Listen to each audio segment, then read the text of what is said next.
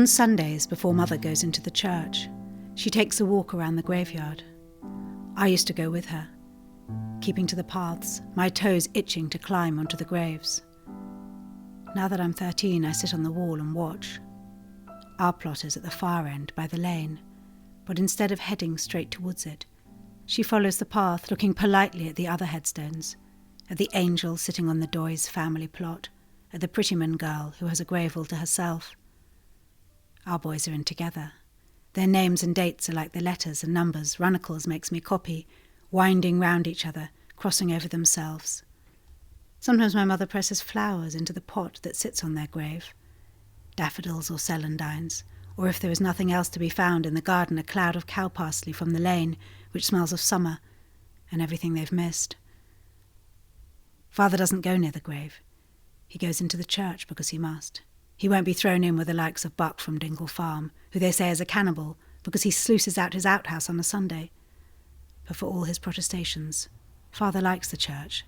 He likes the talking before and the chat after, and Anne looking so pretty in her bonnet in the pew beside, and Mary who gets the afternoon off from her work up at the big house. He likes the folk complaining about the weather. One old girl who looks up at the sky, whatever it's like, and says when she was a child the warm days lasted all of 6 months, and now, if it wasn't for the leaves on the trees, you wouldn't know it was even summer. And it makes me happy to see him there, because it's the one day of the week he doesn't have a drink, not so much as a thimbleful, till after lunch.